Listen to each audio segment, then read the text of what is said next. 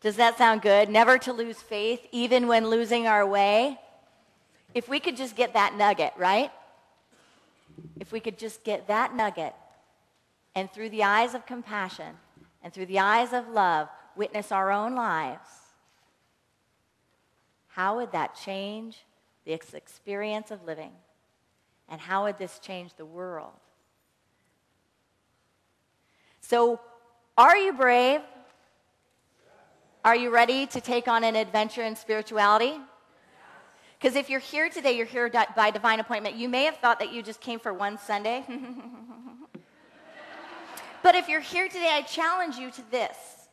I challenge you to this possibility to try it on and see if it fits, that something in your being said, go today, and you happen to be there on a day that you got suckered into 5 weeks. And maybe even a study group. Maybe even an at-home family study group. Our high selves knows exactly where we should be at each moment, right?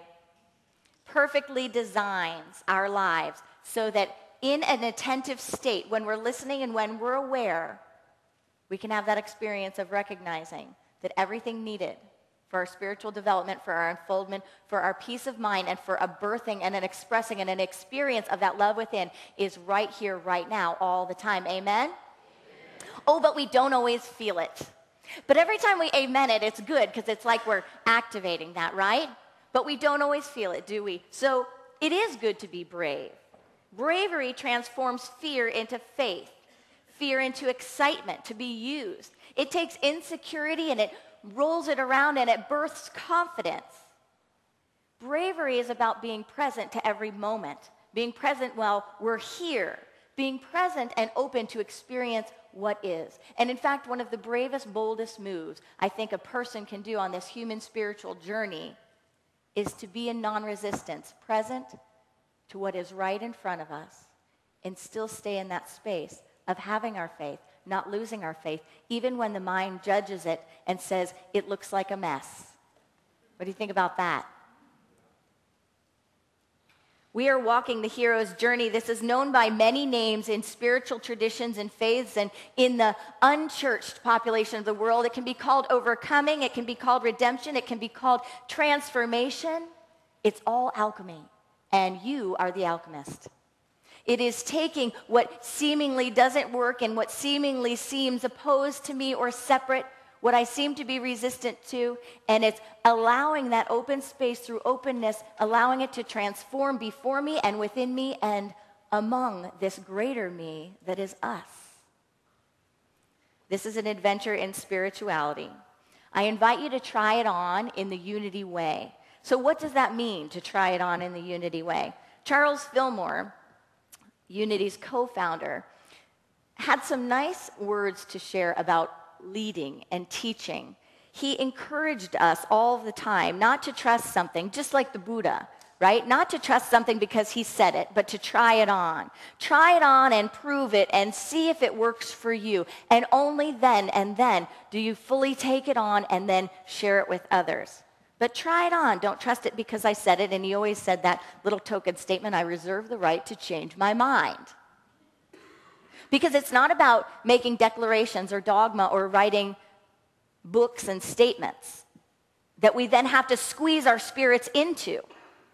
It's about trying it on and seeing if it resonates with the life within us and if it births a greater reality within.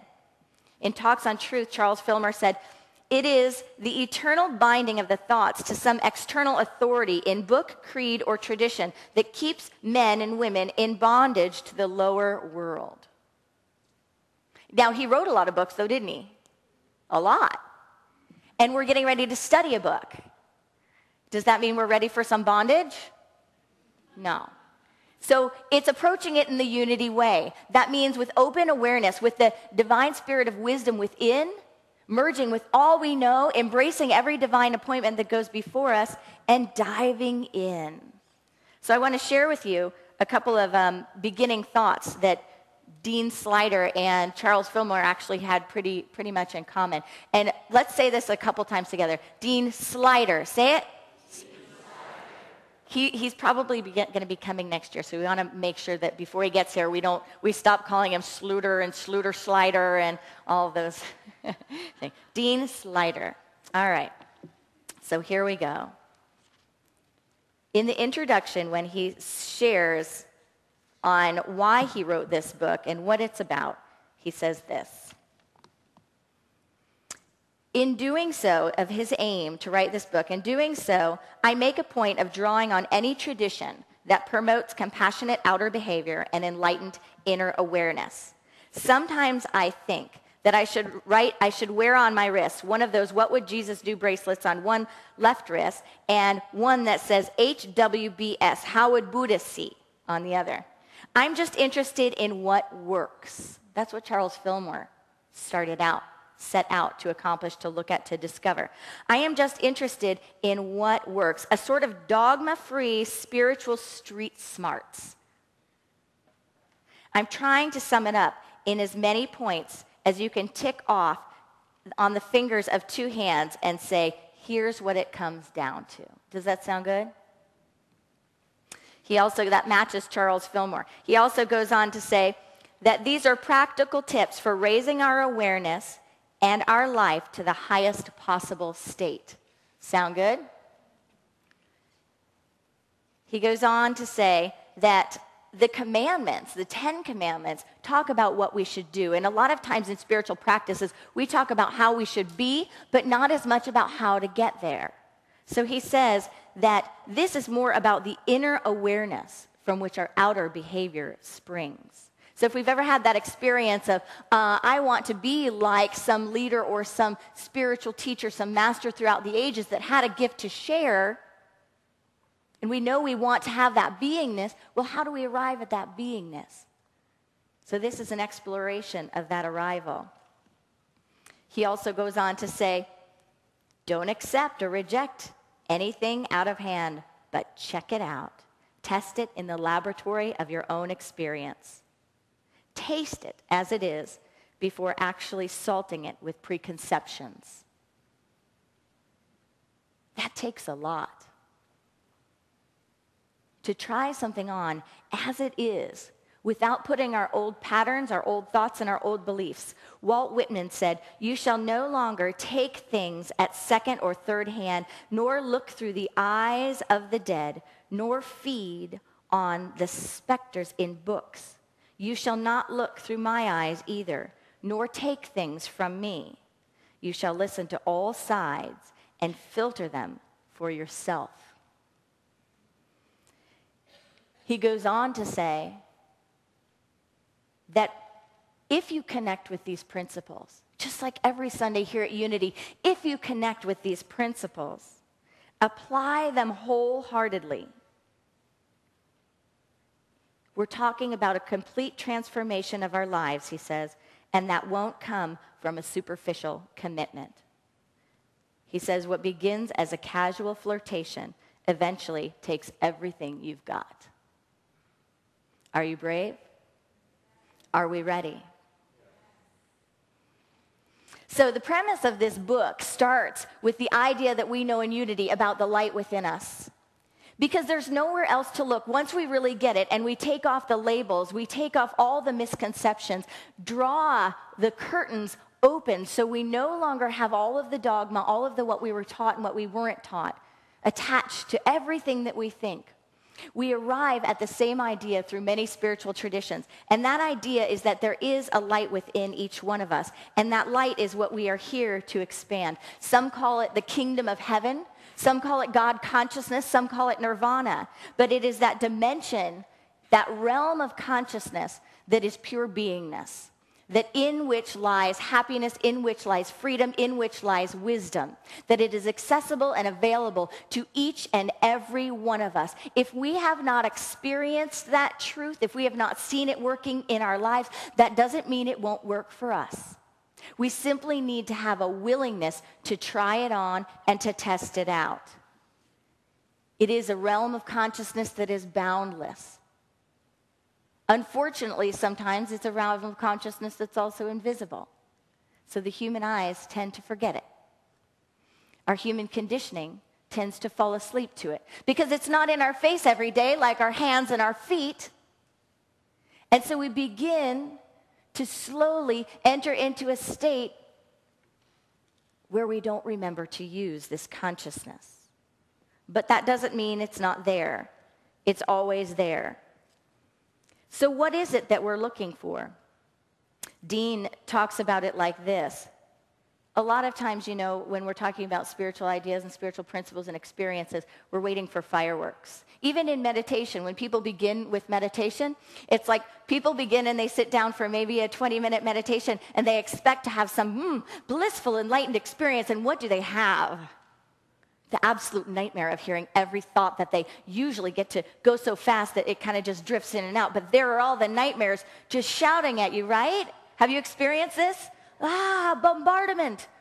The first time I ever had a moment of silence in my mind didn't come through a normal meditation. It came from doing a yoga class that was so extraneous, so intense, that my whole being, all of my energy was just tethered up in the physical nature of the yoga, that all of a sudden I had a realization that I was just not thinking. And it felt like the first time in my life that there wasn't a lot going on there. So the first kind of distraction or delusion is to think that when we get on the spiritual path, it's going to be all beautiful smelling roses. And when we do meditation or when we experience awareness, that we're going to experience just a beautiful river. We're going to go into the quiet, breathe deeply, and arrive just beside the river with Jesus, with Buddha, with the master teachers, with whoever it is to us that is the embodiment of enlightenment in man and woman. But it's not always so much like that. So, what might it be like? He says this, because it's within you, this radiant happiness is nothing exotic. It's nothing like deluxe whipped topping, he goes on to say, but the nature of life itself as it already is, which has somehow gone unnoticed. It's there in every moment, haunting your every act, as plain as the nose on your face, and just as easily overlooked. What we call saintly or enlightened people, Christs and Buddhas, have realized their inner nature, but everyone has it. All we need is clearer vision, not more concepts or beliefs, but direct experience. From the Upanishad, he who glows in the depths of your own eyes, that is the infinite. That is the self of yourself. He is the beautiful one. He is the luminous one. In all the worlds, forever and ever, he shines. So, the first question is, are we willing to take off the preconceived notions of what we think enlightened thinking, what we think spiritual progress, what we think the spiritual experience entails? He says this about naming God and in a sense, naming our experience too, having these preconceived notions. He says, since all names are inadequate anyway, perhaps that's our wisest course, to agree not to label it and focus instead on how to experience it. We're not talking about believing in the ocean or singing its praises, the ocean being that collective consciousness, that God mind. We're not talking about believing in it or singing its praises. Novel idea, huh? But being good scientists and checking out the situation for ourselves through direct, immediate experience, diving into the ocean. Diving into the ocean is really the only way to recognize that we are water, that we are made of water, that we are inseparable from the water that is the ocean. So how do we get there? How do we get to this state of consciousness that now we've probably, sold it as something that no one really wants to get to anymore? Just go to a coffee shop instead, right? That state of consciousness that really is the reason we're all right here. It's really the reason we even read these books, that state of consciousness. So how can we dive in? What do we do? Charles Fillmore says, we can establish a connection between the conscious mind and the superconscious mind within us by meditation, by silence, and by speaking the word. In our book, it tells us, how do we do it? How do we get there? Are you ready?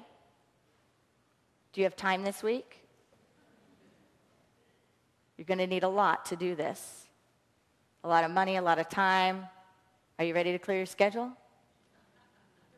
His answer is do nothing. Do nothing.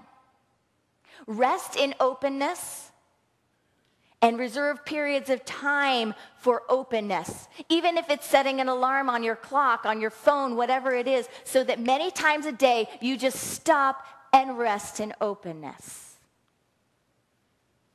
Anyone have time for that?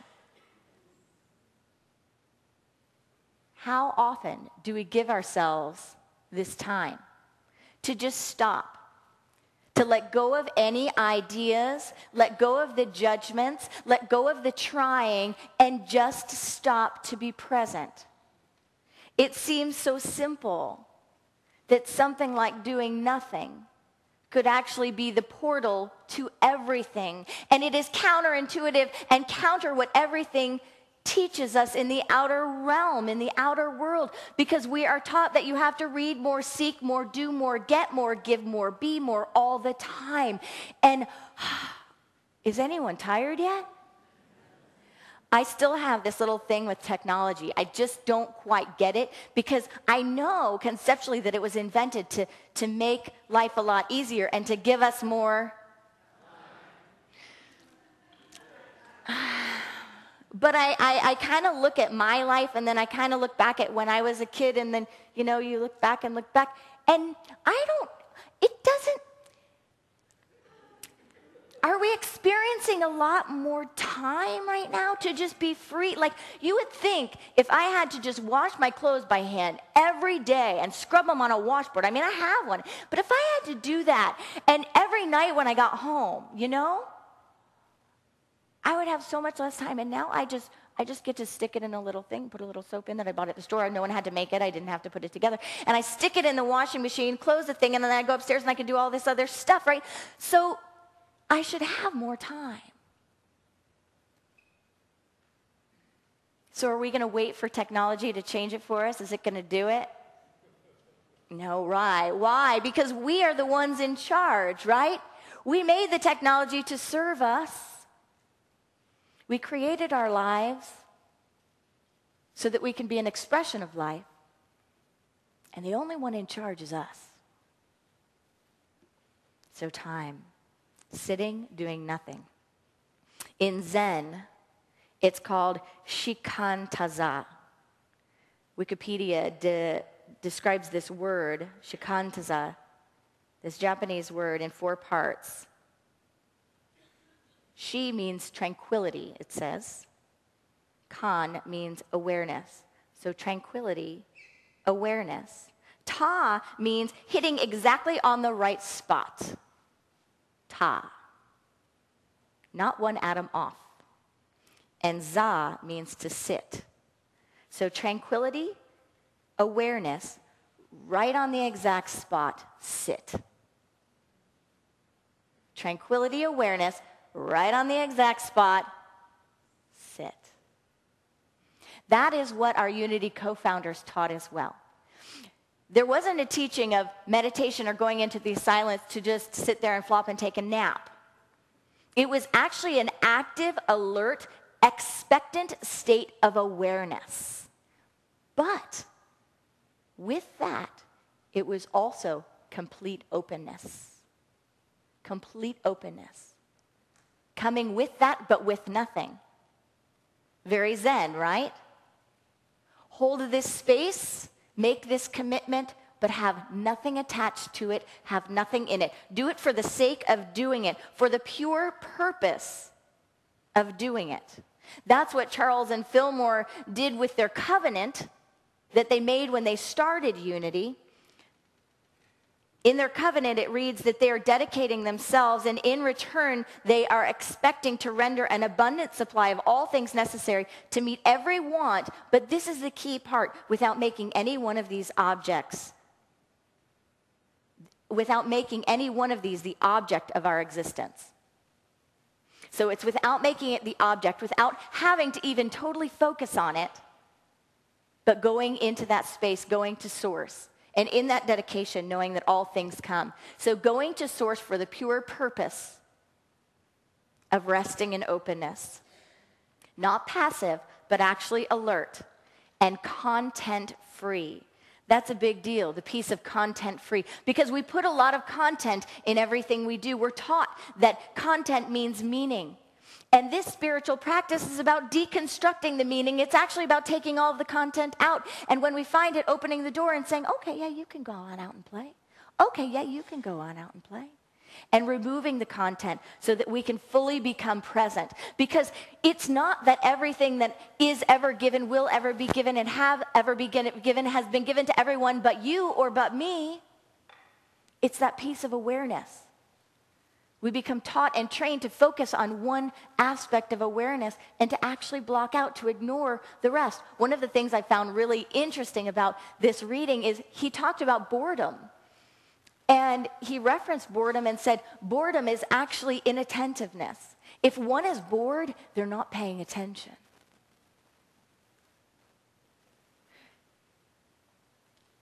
If one is bored, they're not paying attention to pure presence, to pure experience.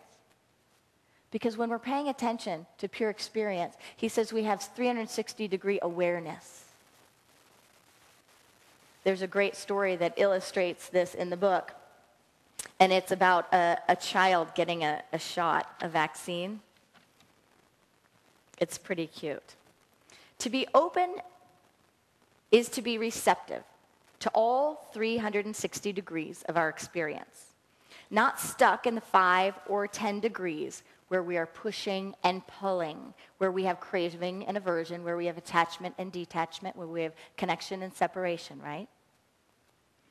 Watch a child get a vaccination and see how he ignores the hundreds of square inches of skin surface that feel fine, perversely squeezing his whole attention into the 100th square of an inch of a square that is in pain. Most of us are experts at this.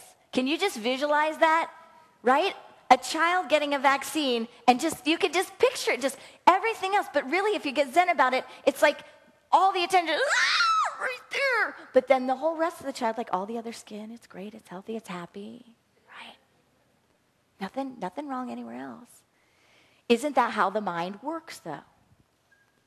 He goes on to say, most of us are experts at this, fixating on our stresses and traumas, maintaining them as carefully as an album of family photos. Rinpoche says, we tend our pain meticulously through the familiar process of thinking about it. The more we think around our emotional pain, the more we cripple ourselves with the artificial intensity of it. We could allow our pain to dissolve into the sky-like openness of direct experience, but somehow we feel more secure with our pain as a reference point. So can we, in those moments, visualize and picture that child getting a vaccination, tuning all of its attention onto that one spot, and simply decide, make a conscious, aware decision, a mindful decision, to have 360-degree awareness, to just check in,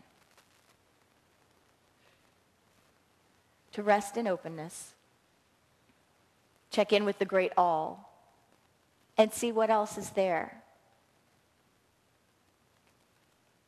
And allow experiences to move in and to move out without attachment, rather than drawing some so tightly and so closely to us and pressing some away, ignoring them, not wanting to see. Everything is relevant. Richard Bach has this quote that he says, how do you know if your mission on earth is finished? Here's the test. If you're alive, it isn't. I love that, and I have another reference test here, another screening for irrelevant experiences. So here's the test. How do you know if an experience is irrelevant? because we like to make some irrelevant. We like to make some not part of our lives or not part of our process. If it's in front of you, it's relevant, right? If we're experiencing it, it's relevant. It's here for us. So can we step into the process of being present and taking these moments? When we do, there is something that happens. Dean refers to it as the fulfillment of two great laws in Scripture.